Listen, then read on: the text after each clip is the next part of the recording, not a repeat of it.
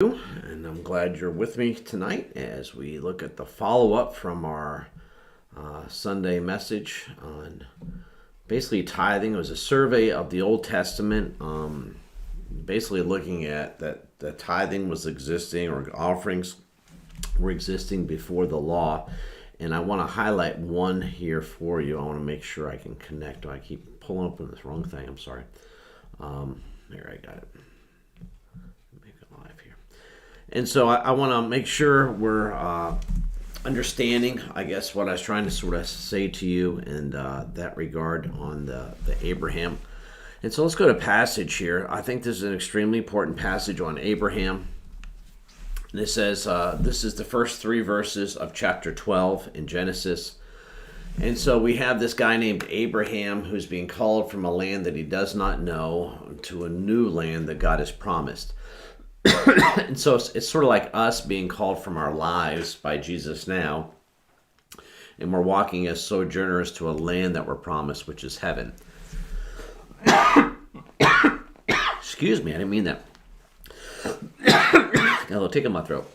And he's supposed to show him when he gets there, so it's a walk of faith. Without faith, it's impossible to please God. Wow, I'm really got something in me. All of a sudden. It's a walk of faith. And we're to please God. It's kind of funny, but it's not. And please God by our walk of faith, because without faith, it's impossible to please Him. And so let's read this real quick. The Lord had said to Abraham, "Leave your native country and your relatives and your father's family and go to the land that I will show you." So that's where he's leaving his life that he had established to a new life. When we receive Christ, we leave our old life to a new life that Christ, a life in abundance, right? I'll show you. "I will make you a great nation. I will bless you and make you famous, and you will be a blessing to others." So he's saying there's something in this. There's something great that I'm going to do in you and through you. "I will bless those who bless you and curse those who treat you with contempt. All the families on the earth will be blessed through you."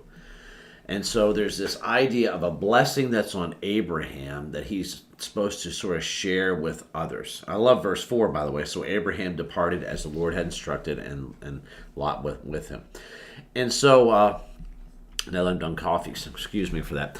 So this idea of Abraham, I believe, if we're really honest with it, we take it clear, it's really what we're continuing to do through Christ. The covenant was made, and Abraham's offspring, first male, would be the one, and it was Isaac. It took him a while to get there. Him and his wife Sarah were old. They had difficulties. They had this journey they were on. Then he had to sacrifice Isaac, but Abraham knew that God was going to do something because he believed in the promise of God, that this would be that. So it's all faith, right? And this promise of Abraham and his offspring eventually will lead to Jesus, who has come to be the answer for all Israel's needs, for all of our needs. And in that, then we now walk. And so my point was that Abraham gave tithes to Melchizedek after he collected the spoil of Lot, and that we're still sort of living in that, I feel. And so we can't look and say, well, the law is done, but the law clearly has tithes and offerings all the way through it. But Abraham's covenant is the one that we're still walking in, according to Galatians, if you read that book, that it's not the law that's the covenant, it's not Moses, it's Abraham. He was the person of faith. Covenant is, the law is a covenant of works which fails. We can't work our way to heaven. We can't be good enough. And so, so this idea of a tithe that still exists, and this next week coming up will show that Jesus says, yeah, a tithe's good. It's a good deal. In that regard. So I don't think Jesus can. It's really interesting. Our reading in Luke has been all over that. And so that's one part I just want to sort of nail. Now we had Cain and Abel's offering, first of Abel's, and Cain killed him because he was jealous, but Abel gave the first fruit offering. And then we had also Jacob, who was again continuing this seed of Abraham, the covenant of Abraham. He is at Bethel. He's having a bad time of it. God gives him a great vision, and he puts oil on the rock that was his pillow, and he promises to give 10% of whatever's in front of him. He's trusting God as he goes forward in that regard. Yeah, so it's just really interesting, and then you have the law after that sort of gets involved. Secondly, I want to bring home So I just want to nail that down, that that's all pre-law, and I believe that covenant is still being worked out through me and you as we follow Christ. We are to have our families blessed, be a blessing to have the blessing of God on us, and be blessers of people through our lives, through our ability to communicate Christ to them, and those various things. Secondly, the Old Testament is just riddled with poor sacrifices. Absolutely, sacrifices that are not right. And people, instead of giving God their best, they looked around to what basically they couldn't use, and they tried to make that a sacrifice. The blind, the lame, broken legs, whatever it might be. And God says that I need your first and your best. And it's really a relationship on faith. If we're giving God our leftovers, we're not missing anything, right? But if we give God, and it's supposed to be the firstborn too, firstborn of your animals and various ones. And so if we give God our firstborn, right? Our firstborn, then we're saying, okay, I give you what's first, and I know you're going to make sure that I have the rest. I'm trusting you with that. And so in this idea, tithing, it's first fruit giving, we call it. So it's our first and our best. And we don't have animals. We don't have grain. And so we're just talking about monetary things here. I remember there was some lady one time kind of half nuts at a service, and she was putting gourds in offering plates. I thought that was interesting. It was hilarious. I really enjoyed it. I don't think everybody else did, but she was loading up the offering plates with gourds. I don't know where she got them from, but they're so here. Everybody's. It was great. That was great. Anyways, I guess I got lost. So you have that, but on the same hand, so people were giving bad offerings. Remember, the offerings were supposed to support the cultic system, the worship system. You had the Levites who couldn't work. They were dependent on other people, symbiotic relationship. The other people were supposed to give their best to God. It would be used for their personal use, the tithe, and then other offerings on top of that were used for the use of the sacrifices and the cultic practices of Israel, which we no longer, again, that was law. We no longer do those, right? We worship Jesus now, right? And so we aren't trying to make ourselves right by what we do. We know the one who is right, who makes us right.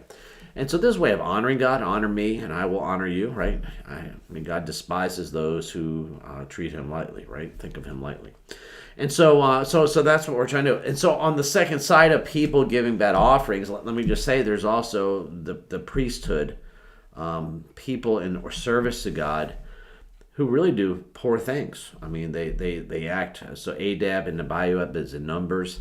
They were sons of excuse me, Aaron, and they were horrible. They got drunk, and they were giving a strange incense out. They weren't paying attention to what they're doing, and they were struck dead by God because that's not how God operates. And it was interesting, you follow Scripture, Aaron was not even able to mourn for his sons. He had to get on the job and do his job, and God warned him, don't you mourn for them. And so you have that one. Then you have the sons in 1 Samuel. Eli is like the prophet. Samuel sort of coming on the scene. Eli grows him up, but his sons are horrible. And they're taking the offerings that are given and the tithes and offerings, but they're abusing them. They're sticking their forks in stuff that is boiling, stuff that should be for God, and they're just taking what they want. And and so both of these, I think, are indicative of our time, where I mentioned a lot of larger churches are, if they miss a Sunday, they can't, financially it really hurts them. Why? Because people don't tithe. So if we have a snow day here and everybody's tithing, it doesn't matter about the snow day. People are going to commit to the tithe that they were supposed to give. It doesn't matter if they're attending or not. And so we have a lot of people, I feel, just sort of giving God $20 or something like that. Not here, but in general in our culture, that's the understanding of things. Instead of the tithe, and the tithe, I guess in some ways it is challenging, because what we're saying is, number two things. We're saying, I probably have to do things differently in my house if I'm going to start tithing. I can't just spend everything on what I want to do. I got to say, okay, I'm spending for God, so now this is a difference maker right in my home. But also we're trusting God to increase us, to give us what our needs and have them met. And so we just read in Luke about God taking care of the sparrows and everything else, and the lilies in the fields, and how they're clothed in greater. So why can't God take care of our daily? Give no thought for tomorrow, just sort of trust God. And there's a two-way street in that. I'm not getting into all that tonight in that regard. So that's the one part. And then on the other side, the priests, or the ones who are leading those spiritually, Yeah, there's tons of abuses in our society. This prosperity gospel, you give me $10 and God's going to turn into 1,000. There's no scriptural reality in that. I know shaking down, pouring forth, over and you may give an offering and God can bless you in so many ways. It's not necessarily you give $10 and get $1,000. And so I really think there's a lot of abuses by the leaders of churches, and I hope I'm not one of them. I try to live with integrity. I try to be open to people and honest, probably too honest sometimes for people's comfort in that regard. And I'm not, I don't see myself ever being a rich person. I joke about the plane. I mean, but some of the salaries that pastors make, I just don't know how you can have those salaries when there's so many not much needy people. And so this week coming up, I want to share the stories of John Wesley, which I think are very incredible and challenging to me even here today as I do that. So, those two things, those things. So Abraham, we're walking in that covenant. He paid tithes. I think it was a message to us. And I think you're going to see in the New Testament, it's far greater than that as we look at that next week. And then the idea that there's this twofold issue going on, leftovers and not first on one side, and abuses on the other side. And they both turn things downward, or they can both turn things upward as we trust God, and we trust God together in different capacities and make this incredible thing, which involves the worship of God and ultimately doing His will and mission. So somebody brought up that, when we're talking about, these things that God has done, it's really not trusting Him first and foremost with our money. Somebody gave a card. It's also with the things we do, our talents, our gifts, those type of things, and our time. Really, all of those things, those commodities that we have, those three commodities are sort of involved in our worship of God, sacrifice, right, of God.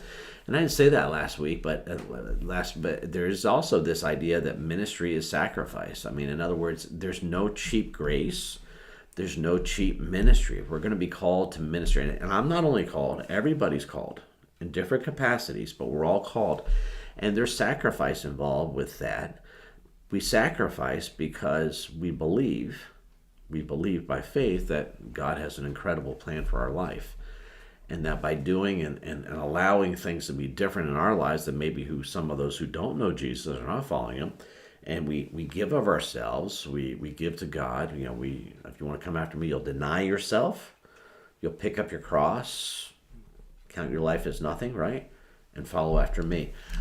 Is the call of discipleship that Jesus has to all of us. And money's just a small part, but our talents and our gifts and our time, all those things are sacrificial, I guess if you want to say it, consecrated, where we say, okay, God, I give these to you, I consecrate this idea, and I leave the results to you, is part of that.